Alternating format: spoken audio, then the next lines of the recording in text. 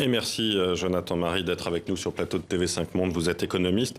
C'est 255 millions d'emplois à plein temps détruits sur la planète, 4 fois plus que durant la crise de 2008. Comment l'expliquez-vous ? La crise est particulièrement forte parce que, contrairement à la crise de 2008, où on a eu juste un choc de demande provoqué par la crise financière, là on a des effets lancinants de crise d'offres provoqués par les confinements, qui s'ajoutent maintenant, auxquels s'ajoutent des effets de crise de demande. Ceux qui peuvent consommer restreignent leur consommation, les entreprises n'investissent pas. On ne voit pas le bout de la crise et c'est très important que la puissance publique vienne au secours de cet effondrement de l'activité économique. Par l'investissement par la dépense publique, par le soutien aux revenus les plus faibles, pour essayer de réenclencher des perspectives économiques créatrices d'emplois. Et justement, c'est cette thèse qui est développée dans ce livre, La dette publique, que vous avez coécrit avec d'autres économistes du collectif Les économistes atterrés. Dans ce livre, justement, publié au Seuil, vous expliquez qu'il faut en finir avec les idées reçues sur la dette des États et notamment avec le parallèle que certains politico-économistes font de la gestion du bon père de famille qui a une dette et qui doit donc la rembourser, qu'il ne faut donc pas trop s'endetter. Sauf que selon vous, la dette d'un ménage et la dette d'un État, c'est très différent. Oui, c'est très différent. Et cette idée reçue, elle est lancinante depuis maintenant une quarantaine d'années. Donc c'est très On a entendu Emmanuel Macron, justement, faire ce parallèle-là. C'est ça. Donc il y a vraiment le bon père de famille. Un père de famille, il sait qu'il a un horizon temporel restreint. Il va partir en retraite et puis il va décéder. Un État, lui, est immortel. L'État peut renouveler sa dette. On dit il peut rouler sa dette. Donc quand il faut rembourser la dette, l'État, lui, peut réemprunter. Le père de famille ne peut pas faire ça. L'État peut décider d'augmenter ses recettes fiscales en augmentant les impôts. Le père de famille ne peut pas décider d'augmenter ses revenus. Donc le parallèle entre le père de famille et l'État est vraiment à complètement déconstruire. Et puis il ne faut pas oublier aussi quelque chose, quand on parle des idées reçues, il y a le fardeau qui pèserait sur les générations futures, justement, oui. La dette publique, le déficit public, ça permet de créer des actifs publics qui bénéficient à l'ensemble de la population, du patrimoine. Et aujourd'hui, un enfant français qui naît avec un actif net positif. Donc il y a Vous parlez des écoles, des hôpitaux, des routes, des infrastructures qui permettent aussi de soutenir l'activité privée. Donc la dette publique n'est pas l'opposé de l'activité privée. L'activité privée a besoin d'intervention de l'État dans l'économie, surtout dans le contexte actuel. Alors on entend beaucoup en France, mais aussi ailleurs, que les aides créées pour le Covid, il va bien falloir en payer le prix, que les États s'endettent et que ce ne sera pas soutenable pour eux. Qu'est-ce que vous répondez à ça ? Il n'y a aucun problème de soutenabilité pour la dette publique française. Pour quelle raison ? Il n'y a pas de problème de soutenabilité. Les marchés financiers aujourd'hui prêtent à l'État à des taux très faibles.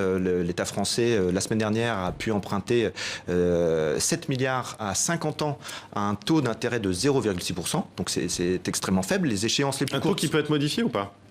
Le taux pourrait augmenter, c'est pour ça qu'on appelle dans le livre à prendre garde, à organiser la soutenabilité de la dette publique à l'avenir. Il faut faire en sorte que les marchés financiers ne puissent pas arbitrer seuls les politiques publiques qui sont mises en place. Donc il faut faire en sorte que la dette publique ne soit pas uniquement sur les marchés financiers. La Banque centrale a un rôle à jouer. On va être pédagogue justement, oui, parce que les gens connaissent peut-être pas bien le fonctionnement de cette dette publique, mais en gros, l'État français dit qu'il a besoin sur un marché financier de tant de milliards d'euros, comme vous l'avez dit.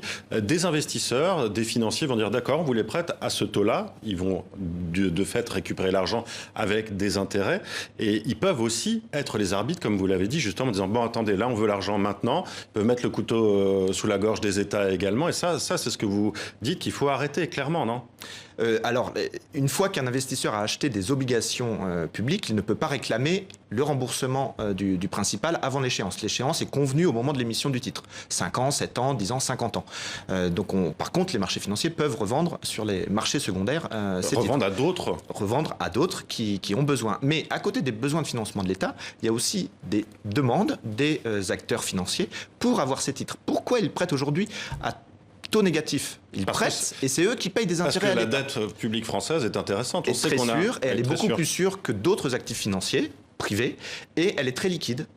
C'est facile de s'en défausser quand on a besoin de récupérer des liquidités. Alors, on va rappeler aussi quelque chose d'important, c'est avant, la dette française, en fait, elle était vendue aux Français, comme c'est toujours le cas, je crois, au Japon. Vous me dites si je me trompe, qui a une grosse dette d'ailleurs, mais qui est justement possédée par les Japonais. Depuis 85, je crois que c'est Pierre Bérégovoy d'ailleurs qui avait fait ce changement-là. La dette, elle peut être vendue à d'autres, à des fonds spéculatifs aussi sur le marché mondial. C'est peut-être ça aussi le problème, c'est peut-être ça qu'il faut changer. Malgré tout, une part importante des titres de la dette française sont détenus par des Français. Donc les intérêts payés par l'État français bénéficient à des Français. Mais vous avez raison, une partie importante, c'est environ la moitié de la dette publique est détenue par des créanciers étrangers. Donc là, on a un flux de revenus qui quitte le territoire. Dernière question, et c'est peut-être la plus importante, mais on est face à un moment de crise, donc sanitaire, économique également. Plutôt que revenir au monde d'avant, vous le dites dans le livre, il va peut-être falloir changer les choses et peut-être investir autrement pour de nouveaux équipements, peut-être être dans la transition aussi écologique.